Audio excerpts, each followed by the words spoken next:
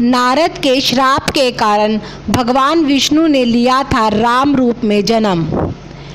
कहते हैं कि कभी भी किसी का दिल नहीं दुखाना चाहिए, क्योंकि किसी की आत्मा को चोट पहुंचाने को अपराध माना गया है।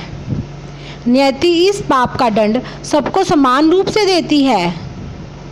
स्वयं भगवान भी नियति के प्रकोप से नहीं बच सके हैं। नियति और कर्मों से जुड़ी हुई ऐसी ही एक पौराणिक कहानी है भगवान विष्णु और नारद मुनि की।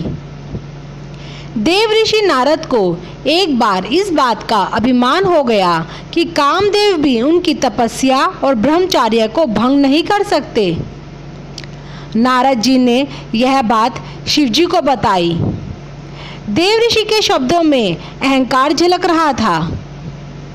शिवजी यह समझ चुके थे कि नारद अभिमानी हो गए हैं। भोलेनाथ ने नारद से कहा कि भगवान श्री हरि के सामने अपना अभिमान इस प्रकार प्रदर्शित मत करना। इसके बाद नारद भगवान विष्णु के पास गए और शिवजी के समझाने के बाद भी उन्होंने श्री हरि को पूरा प्रसंग सुना दिया। नारद भगवान विष्णु के सामने भी अपना अभिमान दिखा रहे थे। यह जान विष्णु जी को काफ़ी अजीब लगा और उन्होंने नारद की एक परीक्षा लेने की सोची। विष्णु जी ने अपनी माया से सब कुछ झूठ का निर्माण किया। एक पूरा ही साम्राज्य विष्णु जी ने खड़ा किया और देवी लक्ष्मी जी को यहाँ की राजकुमारी बनाया। ऐलान किया गया था कि इस राज्य के राजा की बेटी है और उसके विवाह के लिए स्वयंवर का निर्माण होना है। नारद जी भी वहां पहुंच गए और जब नारद मुनि ने इस राजकुमारी को देखा तो वह काम वासना से पागल हो गए थे। नारद जी अपने सारे व्रत और ब्रह्मचारी का प्रण भी भूल गए थे। अब नारद जी बस किसी भी हालत में इस राजकुमारी को पाना चाहते थे। यह सब भगवान श्री हरि की माया थी। राजकुमारी का रूप और सौंदर्य नारद के तप को भंग कर चुका था। इस कारण उन्होंने राजकुमारी के स्वयंवर में हिस्सा लेने का मन बनाया। नारद भगवान विष्णु के पास गए और कहा कि आप अपना सुंदर रूप मुझे दे दीजिए और मुझे हरि जैसा बना दीजिए। हरि का दूसरा अर्थ वानर भी होता है।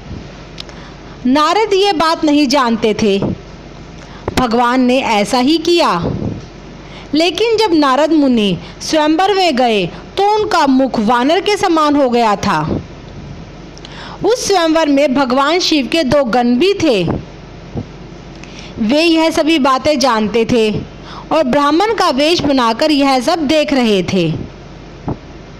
जब राजकुमारी स्वयंवर में आई तो राजकुमारी ने नारद को देखा तक नहीं और माला एक गरीब इंसान को डाल दी थी।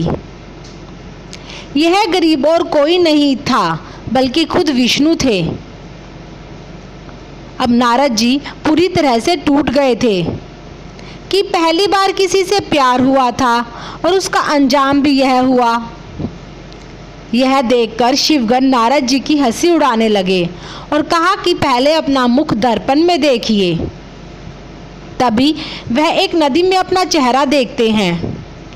नारद हैरान रह जाते हैं कि विष्णु ने उनको वानर रूप दिया है। नारद मुनि ने उन शिवगणों को अपना उपहास उड़ाने के कारण राक्षस योनि में जन्म लेने का श्राप दे दिया। शिवगणों को श्राप देने के बाद नारद जी भगवान विष्णु के पास गए और नाराज नारद ने विष्णु को श्राप दिया कि आप भी मनुष्य रूप में पृथ्वी पर जाओगे और वहां पर स्त्री के लिए ऐसे ही बेचैन रहोगे जैसे कि मैं आज स्त्री के लिए तड़प रहा हूँ। उस समय वानर ही तुम्हारी सहायता करेंगे। भगवान विष्णु ने कहा ऐसा ही हो और नारद मुनि को माया से मुक्त कर दिया। तब नारद मुनि को अपने कटु वचन और व्यवहार पर बहुत गलानी हुई और उन्होंने भगवान श्री हरि से क्षमा मांगी। परंतु दयाल श्री हरि ने नारद को क्षमा करते हुए कहा कि ये उनकी ही माया थी।